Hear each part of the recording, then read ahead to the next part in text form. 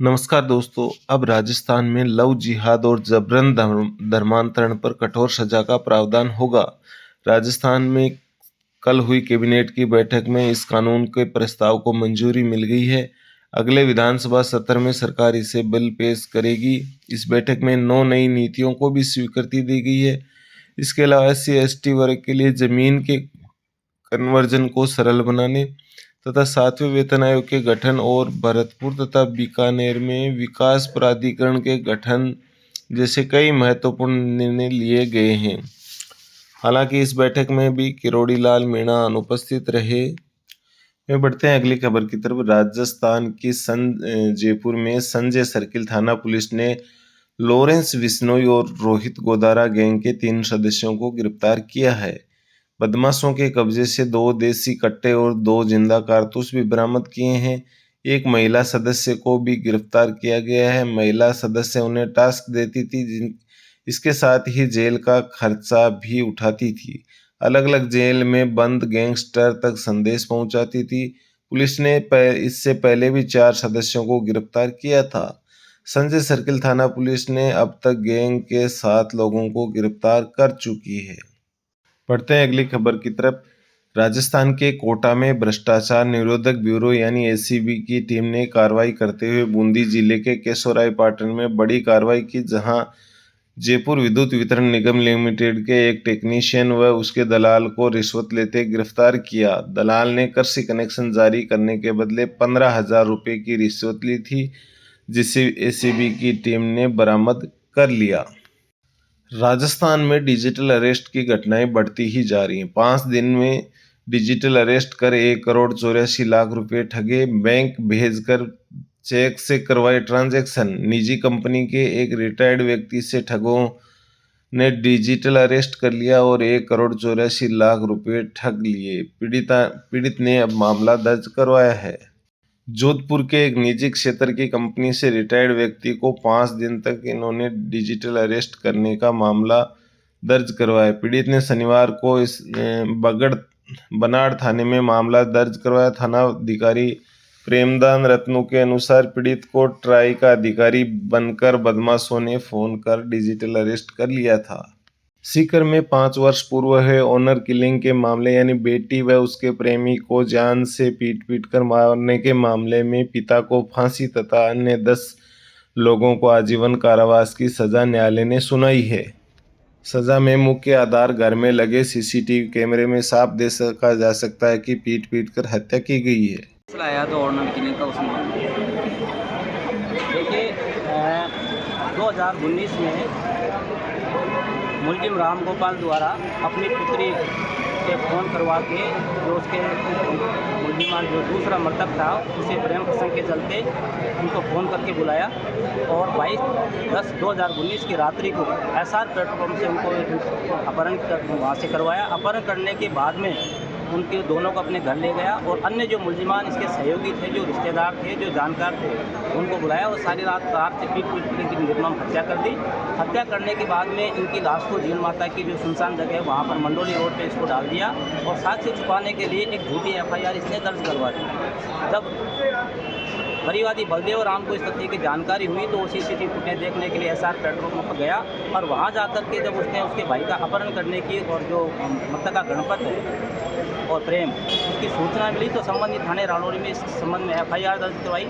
4-5 आदमी के खिलाफ नामजद FIR थी तो पुलिस ने राम गोपाल को उसमें डिटेन किया। डिटेन के बाद में राम गोपाल से जब इन्वेस्टिगेशन किया गया तो राम गोपाल ने ये सारी घटनाक्रम बताया कि किस तरह से मैंने अन्य मुलजिमान हैं उनको बुलाया, एक कॉन्स्पिरेसी उन्होंने की। कॉन्स्पिरेसी करने के बाद में मृतकान का उन्होंने अपहरण किया। अपहरण करने के बाद में अपने घर लेकर के आए और घर ला करके अपनी पुत्री और जो उसका जो गणपत जो उसके साथ रहता था या उसका जो प्रेमी था उसको बड़े ही अमानवीय तरीके से मारपीट की और मारपीट करने के बाद में उसकी हत्याएं कर दी। हत्या करने के बाद में अपनी ही गाड़ी में ले जा करके उसने मंडोली रोड पर जीणमाता मंडोली रोड पर उन हत्याओं को छुपा दिया। छुपाने के बाद में उसने जो झूठी FIR दर्ज करवाई। इस संबंध में पुलिस ने जब इन्वेस्टिगेशन FIR दर्ज की तो पुलिस ने जहां राम गोपाल के घर के जो CCTV फुटेज जिससे वो निर्मम तरीके से अपनी पुत्री के साथ मारपीट कर रहा था वो फुटेज उन्होंने कलेक्ट किए। वो फुटेज कलेक्ट करने के बाद मैंने SR पेट्रोल पंप से जहाँ मृतकान का अपहरण किया गया, वहाँ के उन्होंने सीसीटीवी फुटेज कलेक्ट किए। सीसीटीवी फुटेज कलेक्ट करने के बाद में इनकी जो कॉन्स्पिरेसी थी, कॉन्स्पिरेसी के संबंध में इन मुलजिमान के जो मोबाइल की जो लोकेशन थी, उनकी जो डिटेल थी, उनकी सबकी हर विश्लेषण तैयार की।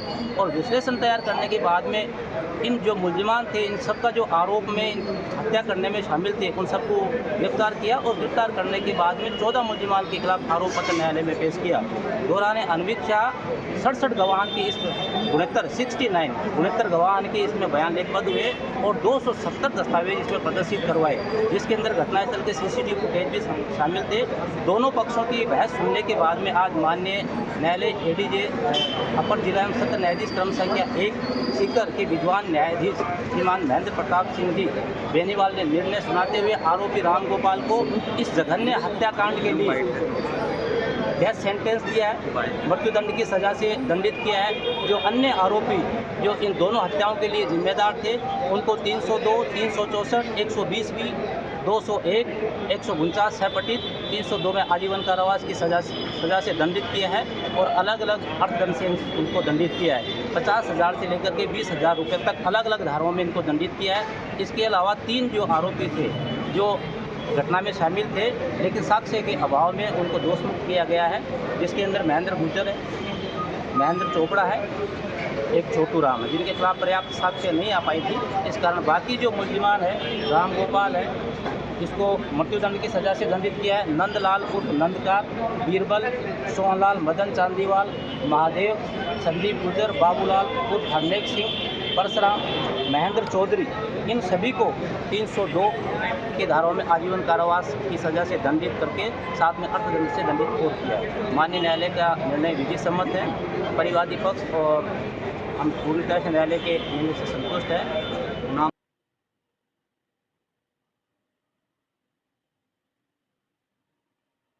सीकर पुलिस ने बड़ी सफलता हासिल करते हुए 4 आरोपियों को फायरिंग के 4 आरोपियों को गिरफ्तार किया है, जिनसे 3 पिस्टल व 3 जिंदा कारतूस बरामद किए हैं।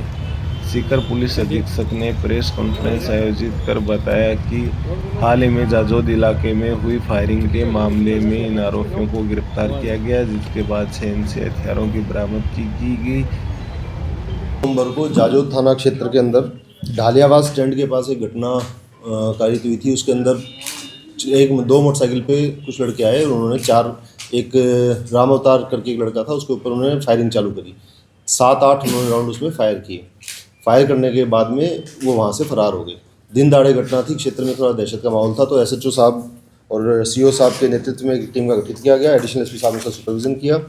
इस टीम के अंदर Rakesh Kumar constable, Naresh Kumar constable police थाना जाजोद और सुभाष चंद्र कांस्टेबल जो DST का है उसकी, और SHO जाजोद राम सिंह जी की, और जो CO हैं खंडेला के इंसार अली जी, उनकी विशेष भूमिका रही। एडिशनल SP साहब गजेंद्र सिंह जोधा ने सब पूरा सुपरविजन किया। इसमें त्वरित कार्रवाई करते हुए इन्होंने सारे बदमाशों को गिरफ्तार किया, जिसमें से श्रीराम जाट जो है उसका और प्रकाश सैनी जो मुख्य अभियुक्त हैं उनका पहले से भी आपराधिक रिकॉर्ड है, और शेष जो 2 अभियुक्त हैं राहुल पुत्र बलाई और कमलेश बिजारनिया, इनका पहले का कोई रिकॉर्ड अभी इनको प्राप्त नहीं हुआ है।